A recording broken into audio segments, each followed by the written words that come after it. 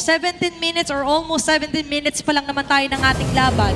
Meanwhile for TLPH, still, they're capitalizing na kaya naman pa rin nila mag-clear wave. Problema dito, Burrito, is bukas kasi lahat ng kanilang base sa bandang gitna, pati sa top lane. At yung baba is still action in progress para dito kay Ogwen. Actually, medyo maswerte pa nga ang CLPH kasi sa bandang itaas tumubo yung Lord, no? At least makiklear nila ng maaga yung wave dun sa itaas si Feverman.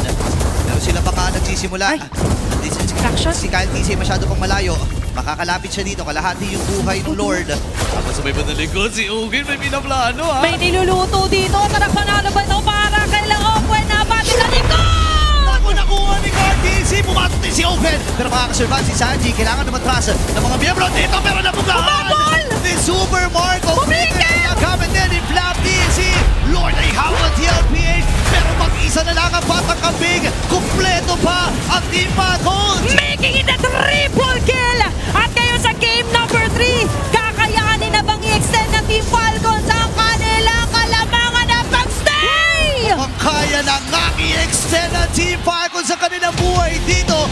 Game number 3 para sa Falcons.